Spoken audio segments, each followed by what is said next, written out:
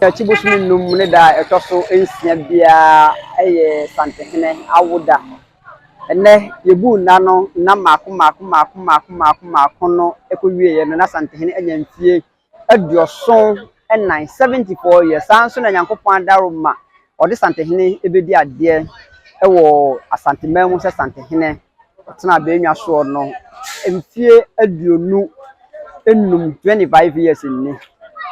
Ohene ese de Yankopon ayamanu onu kwantin for ohene Yankopon ase dani enu nti wode ase dani na bemma Yankopon onu nti ne ohene ene ebo anan e ba St. Anne's Anglican Church mu e de ase da e bemma Yankopon yenim sana na aye niema bebre de ohwe de ese oye bia no waye ne nso ne esi aye ohene e de ase da sonko ana e bre Yankopon na nanom nyina ba yehu mampanyi kofo wa hase yehu o mampanyi da Lawrence na yire akwakradu e wa hase sanso na yehu alanche maten e wa hase eno e da nchen a yehu nipa ahodo anne omo ebeja Santehene e ma ne da Yankopon ase abusafo ye fi ha na yakọ edan num ne akọhwe ne e koso e wo honom ye dini na bromede e de kofi kakari aha aye titubi kire abusa de bekoso edan num nyina no ye de bebro aha ana nimdie ene nyansa wo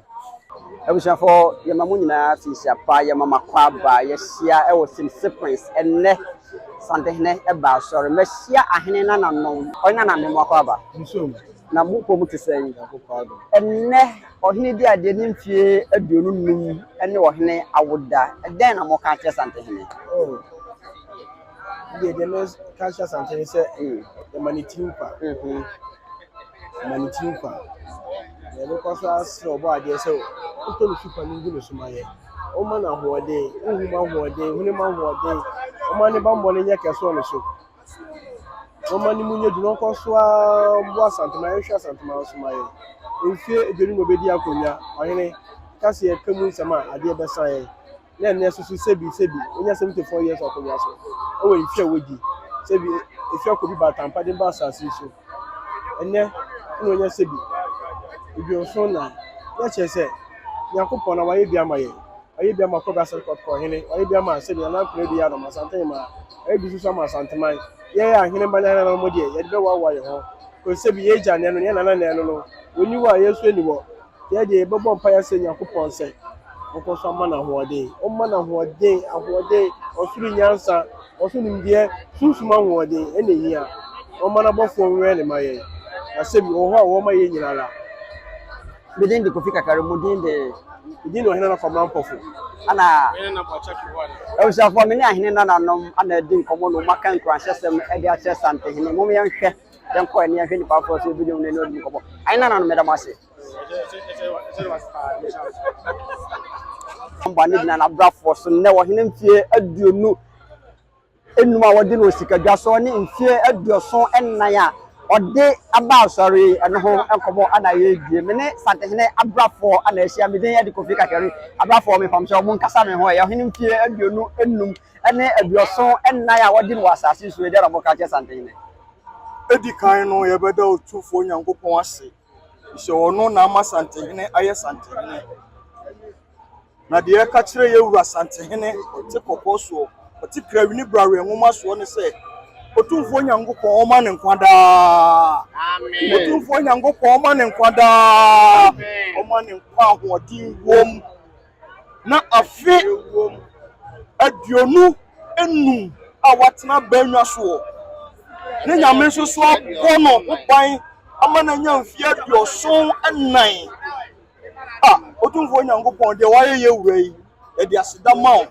na de he ka kire otumfo ne se ye wura opem so wabrafo ye bebo ho ban unam ne hu from da bia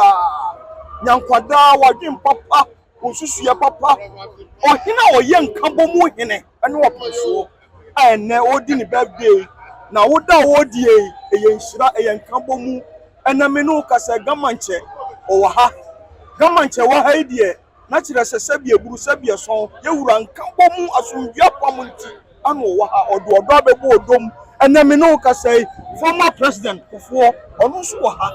se ye keka ye hobom se ya asomdua baba Ghana asomdua baba santimam ama asomdua ba amama nyina so nyame onhyira mo onka mo onye modom na sante hini na fidi dai enye nhyira enami nyama meka asem kyerɛw enna ko sante hini ade ne ba sori enna otumfo nyankopɔ hyira yen ogugu nsuo ode egusu kyerɛ nyame ne nsawo otumfo nyankopɔ onka ye wura hoda dase aburu dase abiafo mo mfie aduonu enum ewo sikadwaso ene mfie aduoso enan ene nne ejen abepie ewo St. Anne's Anglican Church mu na o ma mechia wo mu nyina ni o mu edidi nkobo ankankan ene ahene nananom ene adehye besia oba afefe oba pa ye friend Kofi Kakere na seriously friend me Barbara Auntie Barbara and now 74 years and 25 years on golden stool there in our country something but today can say onyame nkoso ama yero asante hini nyinkyere eni nyansa bebre yenyina yehunu the wonderful work that he's been doing by saying nyame say ono a otonsi ogo epumustel no onkoso ama ne nyansa ne ahode ene nkwatintin bebre na yenkoso an celebrating no ama asante ayefe and we are all honored to be here. Auntie Barbara, I feel professionals. You were there. Me pacho I feel Saturday and Sunday yebeye akoside no. Yeah, renovated the whole of Mensia Children's Ward as part of Yensusu de Eboa Yura 25th anniversary no. Yeah, renovated the whole place. Yeah, kwa juma na da so koso. Nyame ya adoma Saturday ni buka akopa ho ntuma. All right. Na eno danchan ya wo 25th we ye besa akeka ye ho abomu aburuchire se de da bia ye no no ana.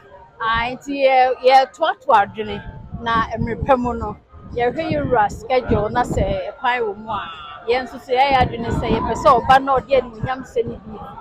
ebe boa yen ebe to yen wo USA.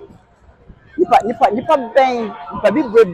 ana wo ho kwan se wo de no dom professional club no. Yo me pa cho se wo ye santini na se bi wako school kakra ana se okuta certificate ye de ya ade nsa no dwuma a wo de ya ade Yura say